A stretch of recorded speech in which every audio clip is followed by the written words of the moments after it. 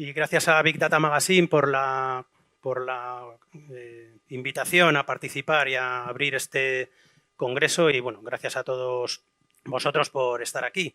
Bueno, ya os imagináis que esta pregunta, es que si se puede ser data driven sin data governance, para alguien que es Chief Data Officer de Bankia y presidente del Chief Data Officer Club, pues no esperéis a que termine la presentación para conocer la respuesta, ¿vale? Es una pregunta retórica. Además, sí que me gustaría haceros una pregunta que es, no sé si alguno de vosotros alguna vez ha escuchado la expresión esa de que los datos son el nuevo petróleo. Hoy todavía no, ¿verdad? Hoy todavía no lo habíais escuchado. Vale, pues esta aseveración me gustaría sacarle un poquito de punta ahora al principio, porque parece como si los países productores de petróleo fueran ricos por el hecho de tenerlo.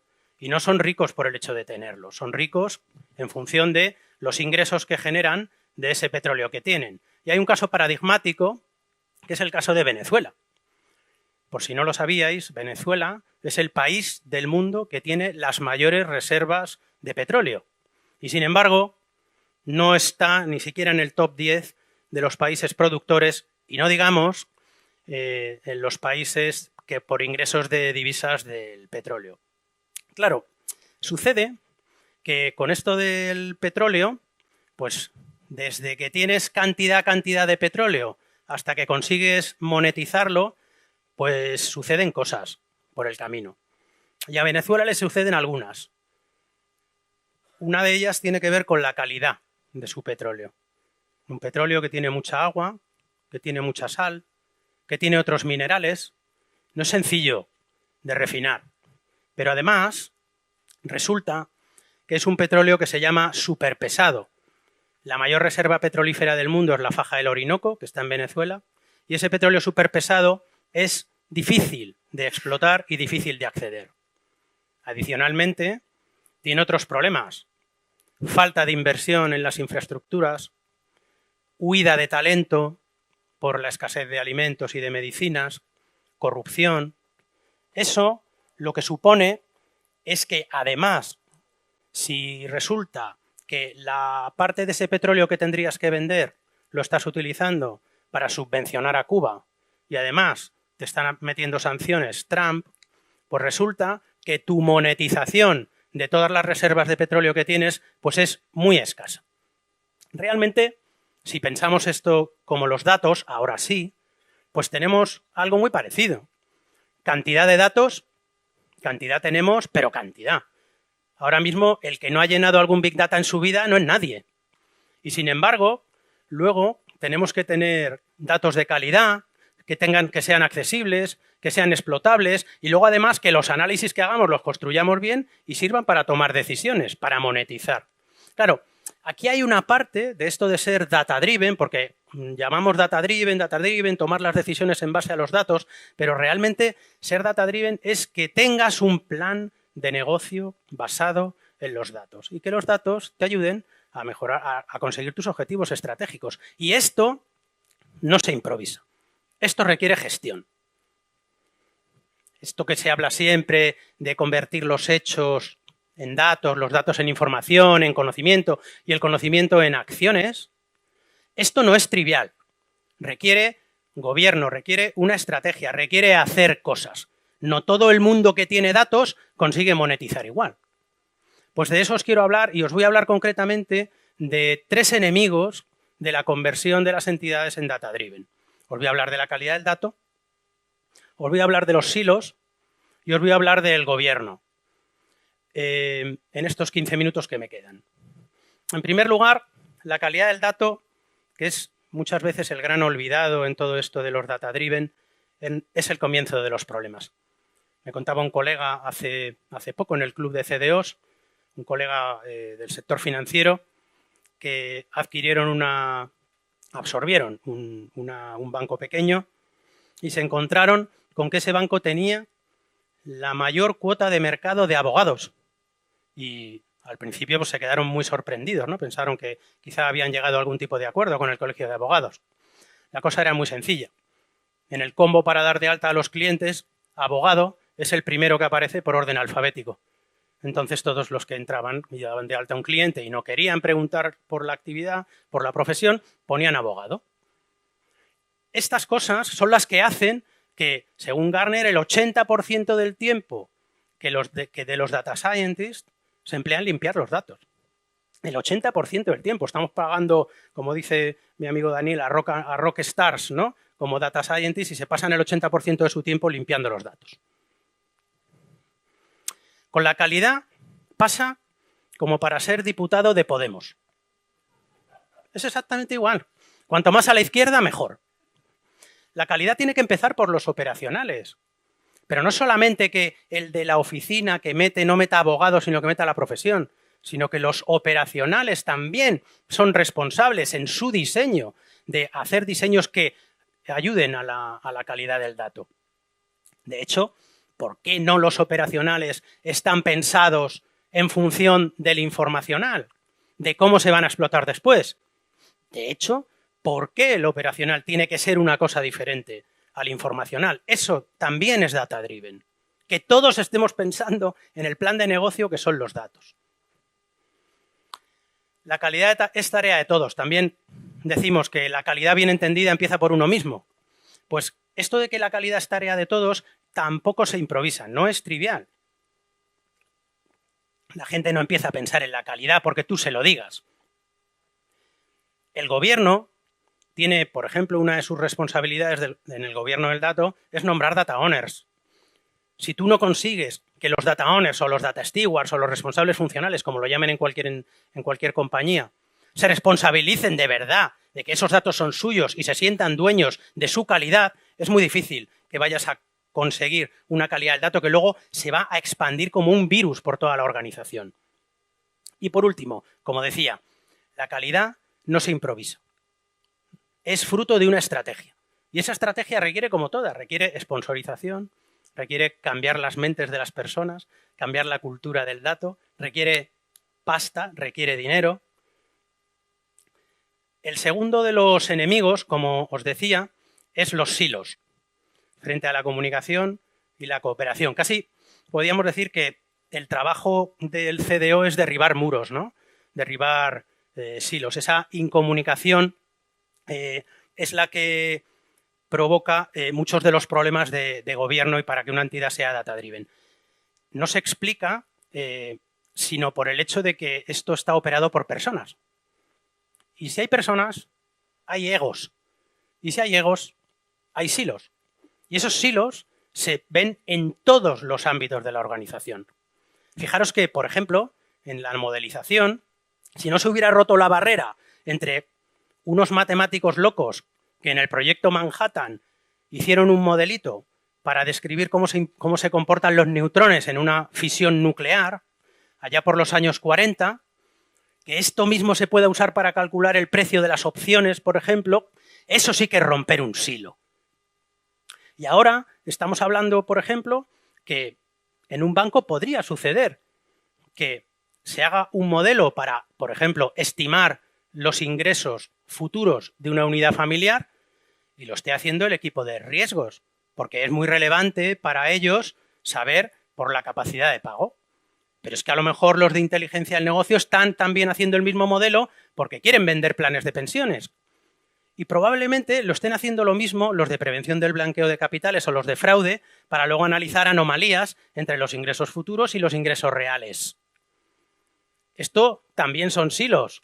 Y son silos porque en algunos casos, en un modelo distribuido de tanto, me da igual si es analítica avanzada como analítica descriptiva, me da igual si es modelización de los data scientists o es puro data visualization. En un modelo distribuido tienes una llegada al negocio buena, muy buena, porque en las unidades de negocio están colocados esas unidades de analítica, ya digo descriptiva o avanzada, pero claro, resulta que puede ser que haya 3 equipos haciendo un modelo de estimación de los ingresos futuros de la unidad familiar. Y lo peor no es que haya 3 personas haciendo lo mismo. Lo peor es que hay uno de ellos que lo está haciendo mejor que los demás y no se están beneficiando los otros. Esto es lo que pretende solucionar el modelo centralizado, que sin embargo tiene el pequeño problema de que no tiene la llegada al negocio que tiene el modelo distribuido, porque no son capaces los analistas centralizados de comprender ese negocio, de hacer las preguntas correctas a los datos y tampoco de interpretar los resultados de los mismos. Por eso, bueno, parece que el modelo en las compañías, sobre todo complejas, grandes, pues es el modelo este que se llama el hub and spoke, ¿no? Es decir, hay un hub centralizado, que es el que provee de las soluciones centralizadas, de que la reusabilidad, garantiza la eficiencia, la coordinación de las políticas, pero en cada unidad de negocio son donde se hacen de verdad los análisis, donde se hace el data visualization. Lo que pasa es que esto no es así de perfecto, es decir, este modelo hub and spoke, donde está el hub así muy redondito en el centro y todas las unidades de negocio tienen el mismo tamaño, realmente no suele suceder así. ¿Por qué? Lo que sucede es que hay unas unidades de negocio que son más maduras que otras. Hay una unidad de negocio que tiene data scientists que llevan mucho tiempo trabajando en ello y que son capaces de preguntar a los datos y obtener los resultados que quieren tener. En cambio, hay otras unidades de negocio que ni siquiera se han planteado preguntarle cosas a los datos. Bien, la misión del hub es precisamente ese equilibrio entre permitir que unidades de negocio avanzadas, darles manga ancha, y a las unidades de negocio menos maduras, ayudarles a esa progresión, ayudarles a convertirse en data driven. Esto es lo que tiene que hacer el hub en las compañías maduras. Aquí he puesto un poco lo que sería dentro de toda esa cadena de valor del dato, desde lo que debería hacer el hub de captura de datos, ingesta y calidad, y así en función de la madurez de cada una de las unidades de negocio, pues proveer hasta incluso la generación de conocimiento o quedarse en almacenamiento o en transformación. Con una única restricción, y es que si quieres gobernar la información, en el caso de reporting, tienes que tener aquí un peaje para la publicación. Por muy madura que sea una unidad de negocio, te la puede liar con el reporting en la última milla y desgobernarse todo el reporte que tú tan trabajosamente habías conseguido hasta ese momento. Claro, que alguien encargado del gobierno del dato hable de un enemigo que es la obsesión por el gobierno, pues quizás suena un poco contradictorio, ¿no? Pero es que es así. En ocasiones, los que nos dedicamos al gobierno del dato matamos moscas a cañonazos y queremos gobernarlo todo y gobernarlo todo fenomenal. Y el caso es que entre el gobierno y la agilidad, pues al final pasas de ser el Chief Data Officer a ser el Chief Delayer Officer, ¿no? Oye, no lo pases por CDO, amigo, que se retrasa todo, ¿no? Bien. 3 cosas a tener en cuenta para abandonar esa necesidad de control de los datos y ceder un poco a la agilidad que necesitan las unidades de negocio, que son las que tienen que comprarte tu modelo de gobierno. En primer lugar, en función de la demanda.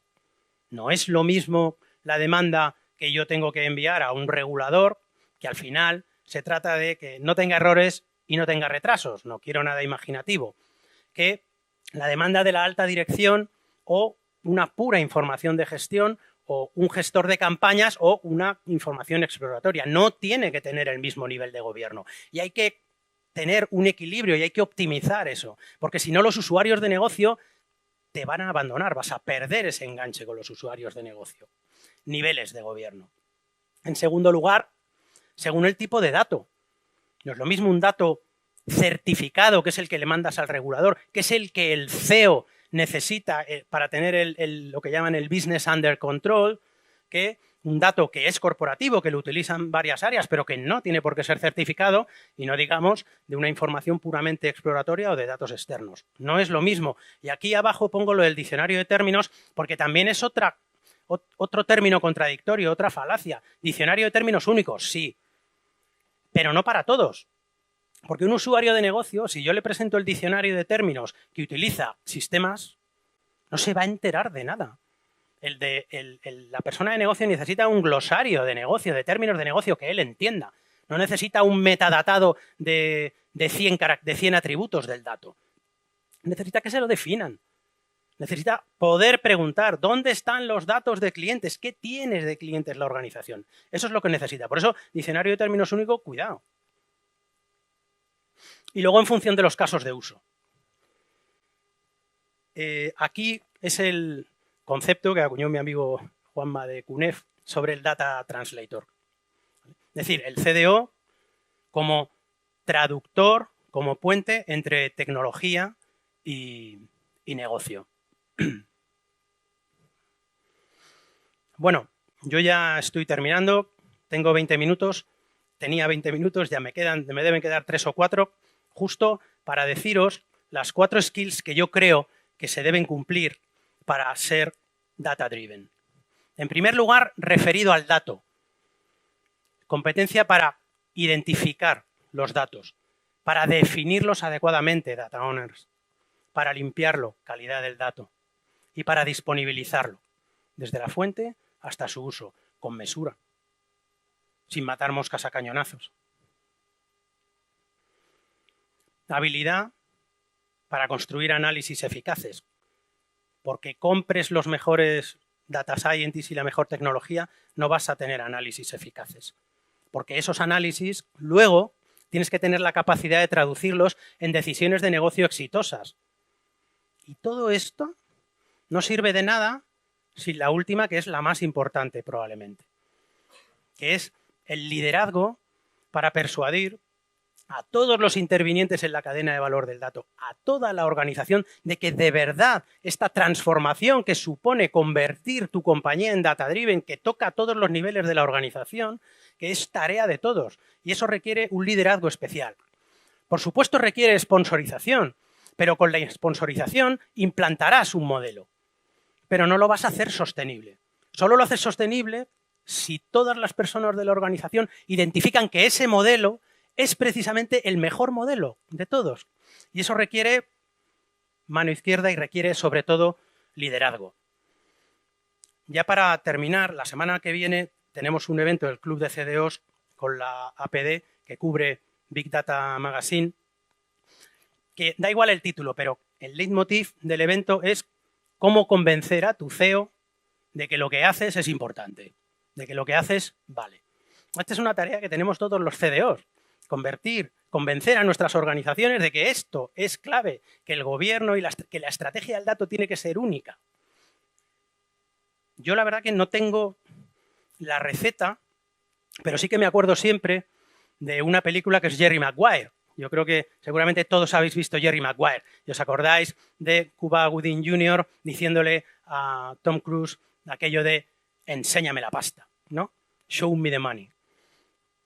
Convencer a tu CEO, la mejor manera es enseñarle la pasta. Claro, para eso yo os aconsejaría que os hicierais con un modelo de valoración del dato, cosa complicada, pero que se puede hacer, y sobre todo, al menos un caso de negocio. Un caso de negocio en el que se vea de verdad la rentabilidad de lo que haces. Y en ese momento lo tendrás conquistado. Muchas gracias.